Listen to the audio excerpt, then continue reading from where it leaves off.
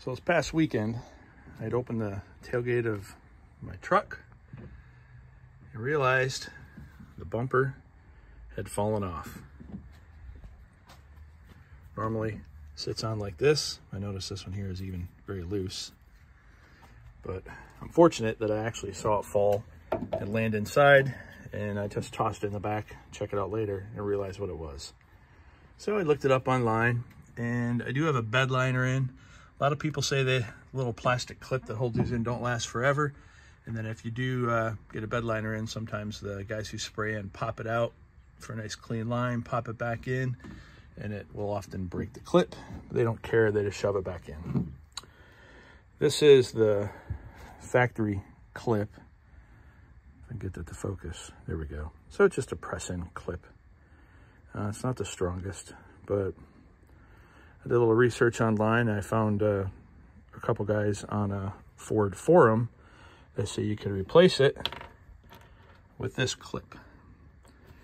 You can get a 2-pack of them at Lowe's. I'll probably attach the part number below the video so everyone can kind of see what it is.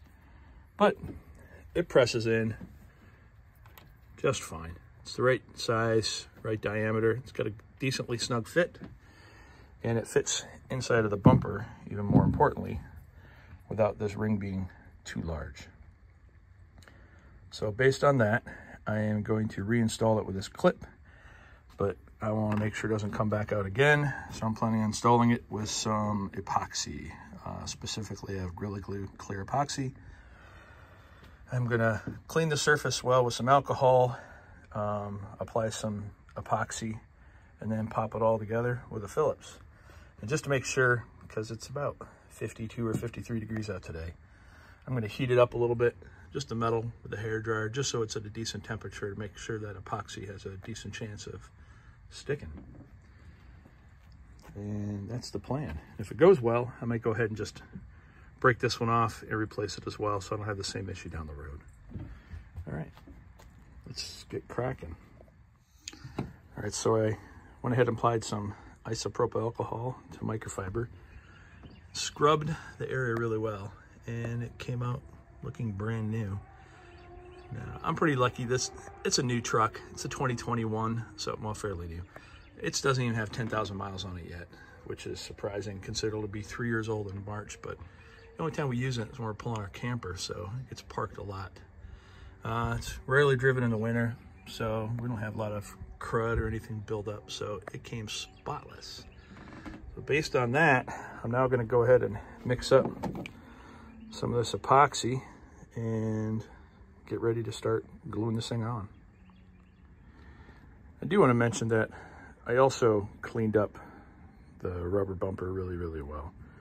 I figured if the epoxy was going to have a fighting chance of sticking, I better make sure it's nice and clean as well.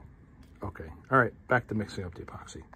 All right, squirted in a decent amount, and I went ahead and mixed it up. So I kind of looked carefully and saw exactly where I need to apply it. Basically, this whole flat surface and maybe half of this curve is all it's needed to touch up the bed. So I'm going to apply it really quickly. It says you got about 5 minutes of working time, and I'm going to give it the best chance of sticking. So I'm going to shut this back off while I work, and I'll come back in a minute and let you know how it turned out. All right, that took all of about 20 seconds.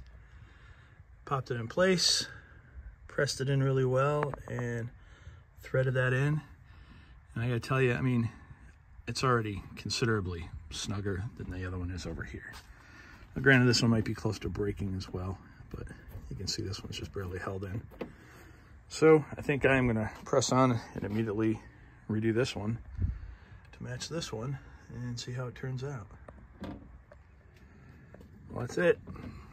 I just checked when I first started recording with my phone till just now, and it's been 11 minutes. So that includes cleaning the surface well, prepping it, cleaning the rubber bumpers.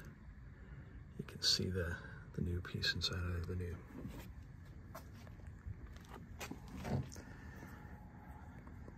And this one was crap. And you can see it was broken too, so there's no way it's going to be able to pop it back in or anything. The other one, it literally just came out. I barely pulled on it, and it just slid out. So it already was broken right there. So it was only a matter of time. I was going to lose the other one. So that's about it. That one's installed. That one's installed. The 2-pack of the new little plastic clips. I think it was like $2 or $1.75 at Lowe's. Like I said, it comes with a 2-pack instead of a little plastic baggie. It's in the aisle where they have all the weird miscellaneous hardware and a lot of automotive clips. So, all right, that's it. Like I said, I'm going to put like all the numbers and stuff in the description in case anyone else wants to look it up. But hopefully this turns out to be a good permanent fix, or at least more than the 9,500 miles that I've currently got on the truck. All right, hope that helps someone, and have a good one.